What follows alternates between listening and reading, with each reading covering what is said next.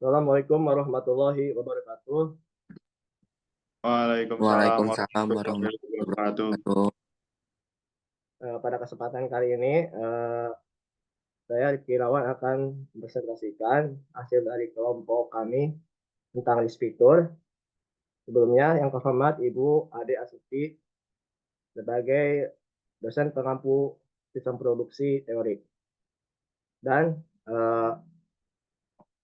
untuk anggota-anggota kelompok kami yaitu saya sendiri, Rizky Irawan, dan yang kedua saya Kak Istayoti Putri, yang ketiga ada saudara Usman Aris Romi, yang keempat ada Muhammad Iqbal Sobari, yang kelima ada dan Arif Budiman, dan keenam ada Arifah Munafasa Siti Al Mubarok. Tidak berlama-lama lagi kita masuk ke materi yang dimaksud. Silakan Ramdan. Baik, terima kasih.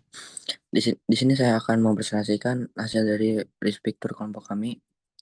Risk picture ini menunjukkan bagaimana sebuah proses bisa membuat proses produksinya jadi lebih efisien dan stabil dengan pendekatan yang disebut profit factory optimization. Masalah utama yang sering dihadapinya adalah demand permintaan pasar yang naik turun, price yang berubah-ubah, delivery time-nya yang terbatas, dan schedule produksinya dengan sulitnya menjadwalkan produksi dengan tepat. Semua itu mempengaruhi berbagai pihak yang berkepentingan atau disebut stakeholder seperti investor, pelanggan, pemasok, karyawan, dan lainnya. Untuk mengatasi tantangan ini, perusahaan bisa menggunakan strategi produksi dengan small lot size, yaitu memproduksi barang dalam jumlah kecil agar lebih fleksibel dan cepat menyesuaikan diri dengan perubahan. Dalam prosesnya, digunakan metode seperti mathematical optimization untuk mencari solusi terbaik secara matematis. Lalu ada stochastic programming untuk mengatasi ketidakpastian seperti permintaan yang tidak bisa diprediksi. Dan robust optimization agar keputusan tetap kuat walau situasi berubah. Dari metode-metode ini dihasilkan solution seperti pas algoritma agar pengambilan keputusan bisa cepat. Lalu ada sensitivity analysis untuk melihat seberapa besar perubahan biaya dan waktu memengaruhi hasil. Serta kemampuan sistem untuk menyesuaikan diri dengan perubahan permintaan.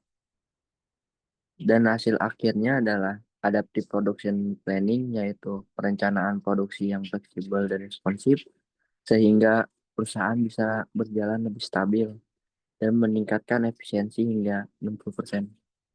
Baik, terima kasih.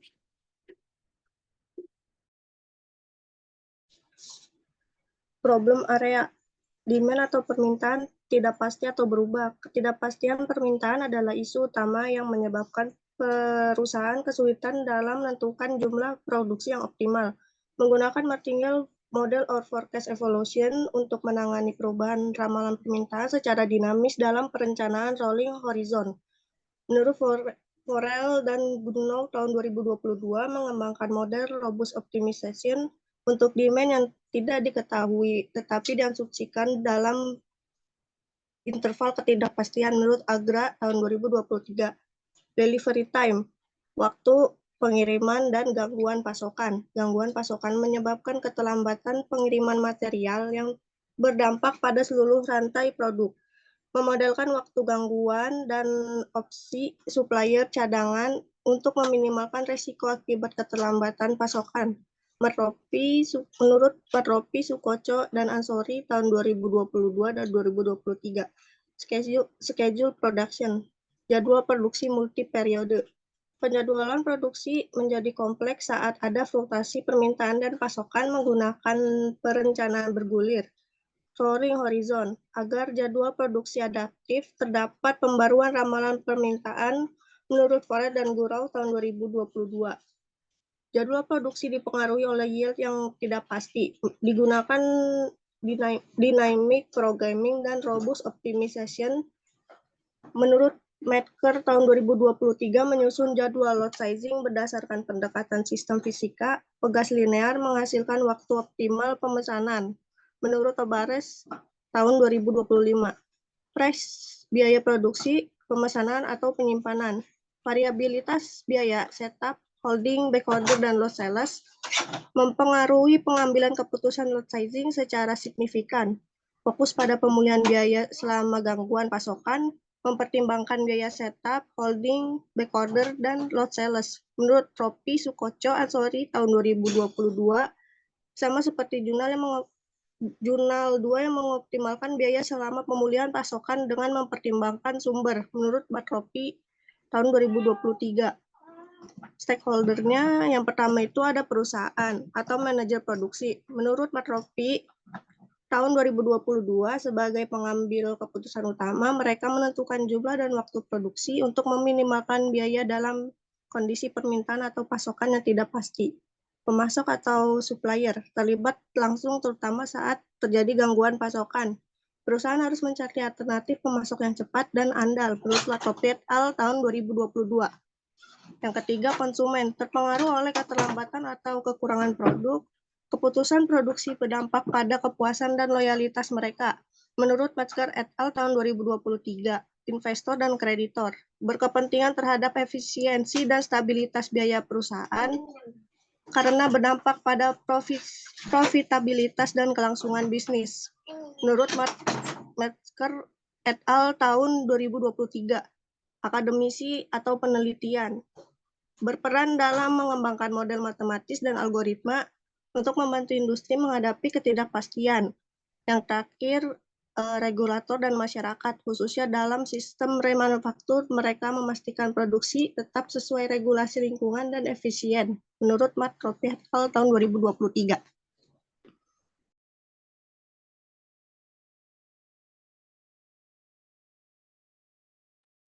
Baik, selanjutnya saya akan menjelaskan metode yang akan kami gunakan di dalam 6 jurnal tentang lot sizing. Di sini ada beberapa metode jurnal yang kami gunakan. Yang pertama yaitu mathematical optimization atau optimasi matematika. Metode ini digunakan di hampir semua jurnal, khususnya untuk meminimalkan total biaya yang mencakup setup, holding, backlog, dan loss sales dengan kendala kapasitas, waktu, dan permintaan. Selanjutnya kami menggunakan metode yaitu stochastic programming. Metode stochastic programming ini dipakai untuk menangani permintaan yang bersifat acak atau tidak pasti dengan membuat beberapa skenario permintaan cocok saat distribusi probabilitas untuk diketahui. Selanjutnya yang terakhir kami menggunakan metode robust optimization. Metode yang terakhir ini digunakan saat data permintaan atau hasil produksi tidak pasti dan tanpa distribusi probabilitas yang jelas. Model ini menjaga solusi agar tetap stabil dan berjalan dengan baik.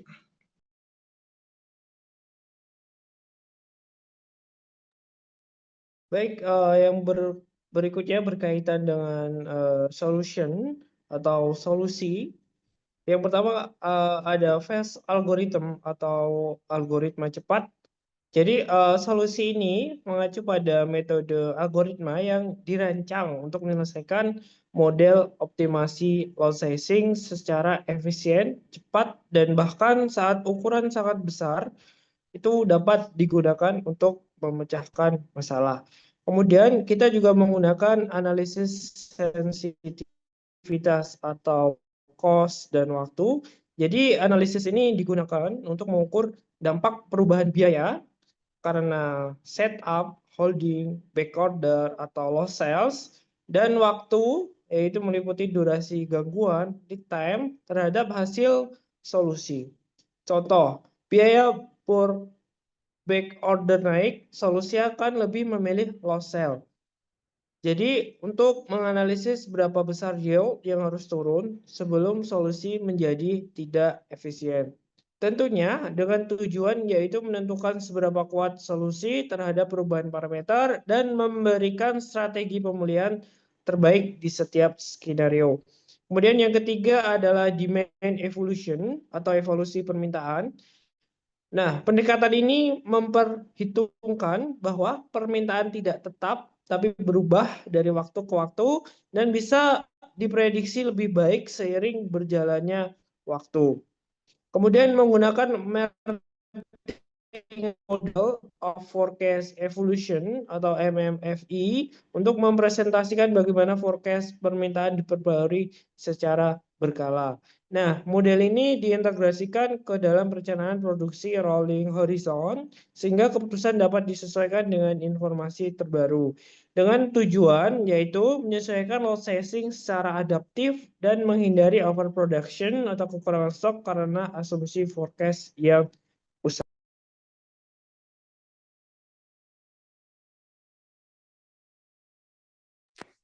Baik, saya akan lanjutkan materinya mengenai hasil.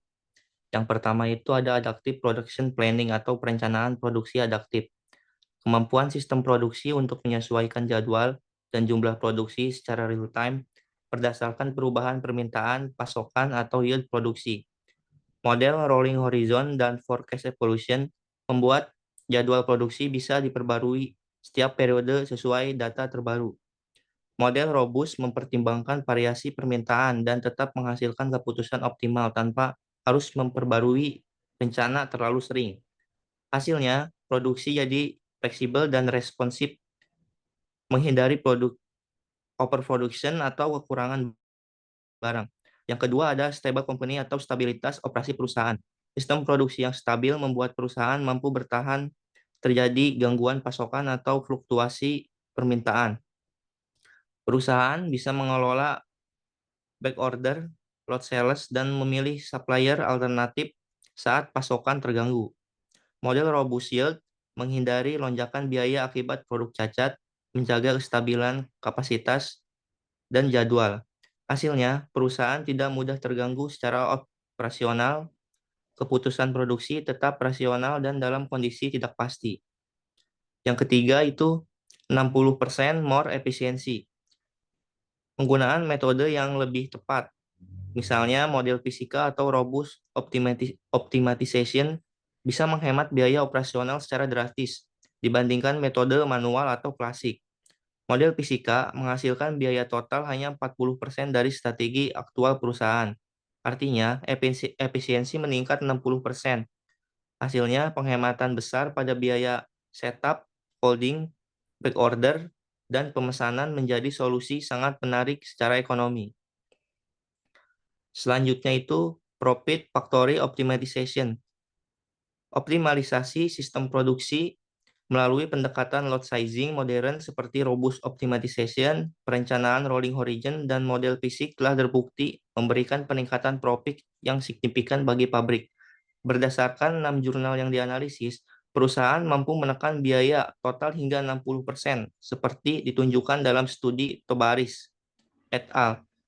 Dengan pendekatan fisika sederhana tanpa algoritma kompleks. Selain itu, model robust yang diterapkan pada ketidakpastian, permintaan, dan yield memungkinkan perusahaan menjaga stabilitas operasi dan menghindari resiko biaya berlebih akibat overproduction, backlog, atau load sales. Strategi pemulihan pasokan dari jurnal Matt Rompi et al. Juga memperkuat ketahanan rantai pasok, mencegah kerugian akibat disrupsi, dan menjadi kelancaran distribusi ke pelanggan. Pendekatan-pendekatan ini yang divisualisasikan dalam rich picture melalui alur perencanaan adaptif, pemilihan supplier alternatif, dan kontrol biaya secara keseluruhan memberikan keuntungan strategi berupa efisiensi operasional yang tinggi, peningkatan fleksibilitas produksi, dan probabilitas yang lebih besar, serta berkelanjutan bagi perusahaan manufaktur. Baik, saya akan kembalikan kepada moderator. Oke, teman-teman semua, terima kasih sudah menjelaskan semua materi tentang load sizing ini. Ini ambil dari 6 jurnal tentunya yang sudah dibahas uh, di Excel yang ditugaskan oleh Bu Ade. Ada jurnal dari Water and Jurnal 2022 dan jurnal kedua yaitu Makropi 2022, yang ketiga ada Agra 2023, dan jurnal keempat ada itu jurnal buatan Makropi lagi 2023, tentunya yang berbeda judul dan pembahasan. Yang kelima dari jurnal Kobares 2025 tentang physical model. Yang keenam dari Metzger, Pentin dan lain-lain 2023 dengan jurnal Robust Optimization for Load Staging Problems. Dari 6 jurnal ini kami buatkan dispiktur sesuai dengan arahan Bu Ade. Mudah-mudahan pembahasan kami ini bisa bermanfaat, terutama bagi kami ilmunya, dan bisa dipakai untuk kedepannya. Saya akhiri, kurang lebihnya mohon maaf. Wassalamualaikum warahmatullahi wabarakatuh. Waalaikumsalam.